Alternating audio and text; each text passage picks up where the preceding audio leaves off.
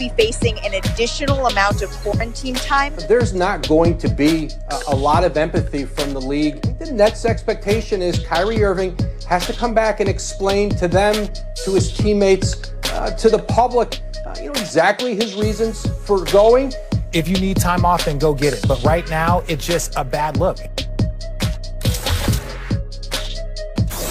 Yeah, ladies and gentlemen, time for the latest in the Kyrie Irving soap opera. Let's break it down. Kyrie has been absent for 4 games now, not expected to be back in the lineup through the rest of this week. There was the going maskless at a family's birthday party. There also was a Zoom call last night. And, we had to bring in Perkins to get his thoughts on this whole shebang. But, Stephen A., we're going to start with you here because you had a lot to say earlier on in the show. Do you think Kyrie is worth all of this drama? I do not. And I'm not talking about him as a talent, because I think he's a superstar caliber talent. But Kendrick Perkins, just so you know, because you weren't here at the top of the show, I'm going to reiterate what I said in front of you at the top of the show, KP. I think Kyrie Irving should retire. Retire. Period. You don't want to play basketball. What the hell are you here for? I mean, the bottom line is that you are paid to play the game of basketball. And this is what people is missing, KP and Max. Here's what people are missing. Yeah, you're taking time off. Yeah, you might be docked some pay. But guess what, y'all? If I'm getting paid $33.4 million for this season, right, I might deduce that if I take off the next 5 or 10 games, right, then what that means is that, okay, I might lose some pay, but I'm going to still pocket about $25 million for the rest of the season. So it's almost like a vacation for you because you're taking time off, and even though you ain't getting paid, you can afford it. So it doesn't mean anything to you. You see what I'm saying? So that money that you're guaranteed, at least a chunk of it, is still going to be there for you. Meanwhile, you've said to the Brooklyn Nets, listen, y'all are not a priority. You said to your boy, Kevin Durant, you're not a priority. You said to Steve Nash, a coach you endorsed arriving, you're not a priority. You said to Sean Marks, who gave you 4 years, $141 million, all right? Then you showed up and only played 20 games. Kyrie Irving, until this season began, had not played since February 1st of last year. February 1st. And then he was out, he didn't participate in the bubble. Remember, the season was canceled March. He hurt his shoulder, he was out. So you didn't play since February 1st. You're off until the following December. And somehow, some way, you need time off because you've got personal issues. You have a job. You have teammates that are dependent on you. You got Brooklyn, New York that's starving to see you. You got championship aspirations.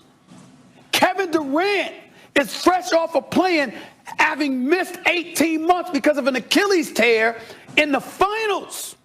And he comes back a year and a half later, and he giving you 29 a game on 53% shooting, 44% from three-point range, but could use your help because when you're not there, it puts more of the onus on him to replicate things like what he did last night against Denver and closing them out with a 34-point performance and closing the deal against them. But it puts more on him.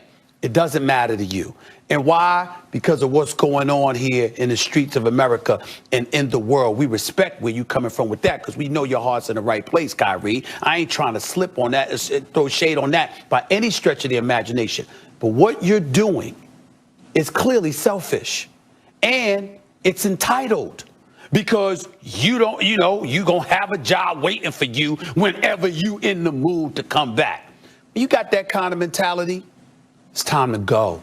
I believe that Kyrie Irving should retire from the game of basketball until he's ready to come back and make it the priority he's paid to make it. Until then, he should retire, KP.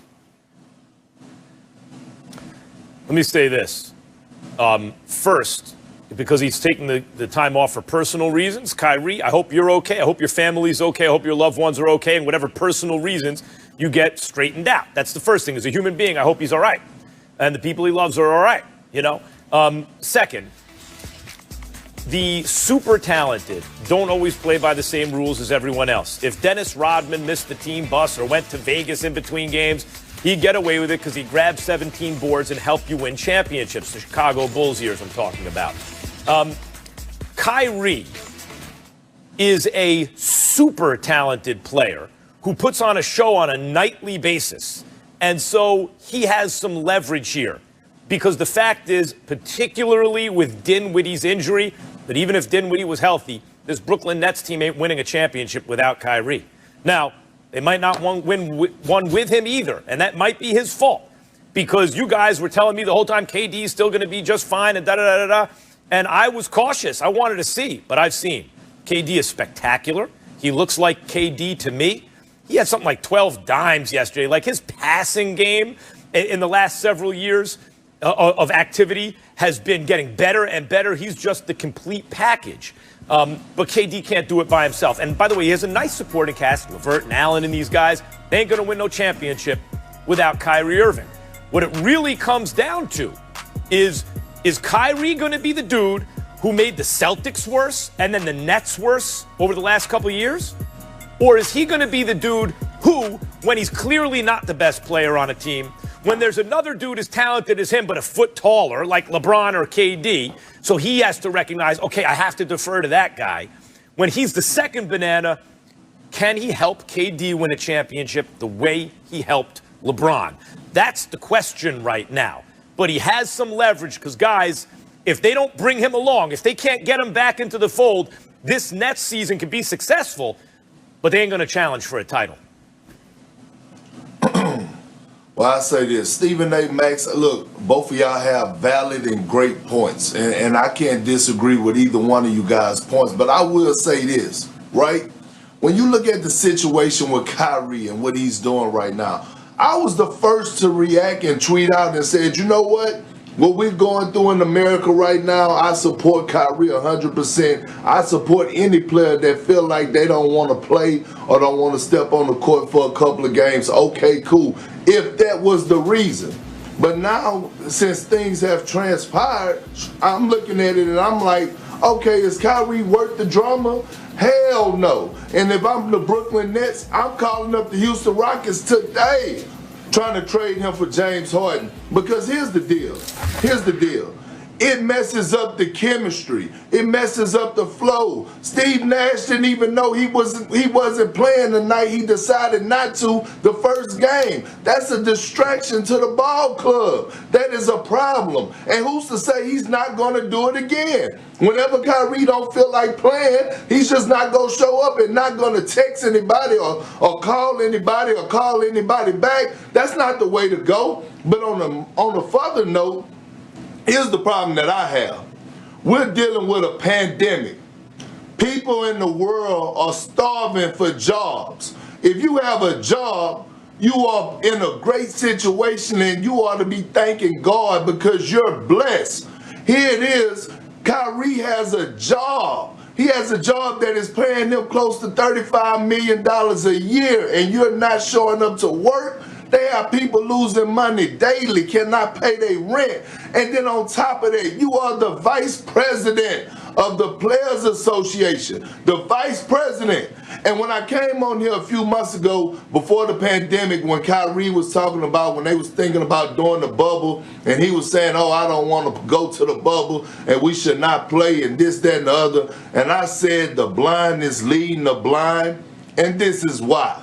You're at a family gathering party with no mask, diddy bopping, like it's nothing committed to playing the game of basketball. And I know James Harden is being a distraction in Houston. I get that. But he wants out. The brother wants out. And he wants to come to the Brooklyn Nets. We all know this. So I'm saying, looking at last Philly night, now. looking at the Houston Rockets, well, Philly too. But I'm saying if I'm the Brooklyn Nets, I'm calling about getting rid of Kyrie, and that's just period, point blank. Well, let me say this to you. It's Philly more so than Brooklyn now, KP. I found that out about 2 hours ago because of the Kyrie situation in Brooklyn. That's why James Harden would prefer Philly over Brooklyn right now. That's number one. Number two, I was talking to a couple of folks, a couple of high-ranking officials this morning, Max and KP, along with at least one owner and at least a couple of big-time agents. And they all echoed the same thing that somebody just texted me a little while ago. It says here, Kyrie might be close to ending his career because dealing with him is entirely too risky. He can't be trusted. They went on to say, nobody's bigger than the game. The train will head to the next station. And the Brooklyn Nets may have grounds to terminate his contract if he keeps this up, period. Now, I want y'all to take that into consideration. Wow. The Brooklyn Nets could potentially terminate his contract because he's taken personal reasons. He hasn't articulated and elocuted what those personal reasons are. We've seen him on video and in photos violating league safety and protocols, therefore endangering the brand. He's come across as incredibly selfish and obviously really, really about himself and what he's thinking. He's been on the record calling folks peons, okay, because he's of a higher plane and a higher thinking than most of us. So in other words, where he's coming from and where his intellectual capacity is, Max, and what he's thinking about and what's permeating his thoughts and his mind, it's so far above us right now. We can't really see the plane he's floating on. Meanwhile, he's in the midst of getting paid $33.4 million. It doesn't work. You got to give up something. So the challenge here is to say, Kyrie, and again, he doesn't have to give up his thoughts on the personal issues he wants to address or the issues that permeate our society. We should applaud him for that. All we're saying is you got to show up to work too, like everybody else does. You can't sit up there and skip your responsibilities in order to address the concerns. You have to find a way to do both. And if you can't do both, I think we'd all respect Kyrie Irving if he sat up there and said, you know what? That would be selfish of me to sit up here and collect money from Brooklyn while I don't want to play. So, you know what? So I'm going to pass it up. I'll just retire from the game of basketball and I'll dedicate at least my immediate future, if not my life, to these issues that are so near and dear to my heart. He's not doing that. He's trying to get the money too. Let me say this, Stephen A. I would implore Kyrie, and I know he talks about how smart he is, and you've told me, and many people have told me how smart Kyrie Irving is. He's not dumb. I have yet to see evidence of it when he opens his mouth. However, maybe it is true, but I agree his heart seems to be in the right place.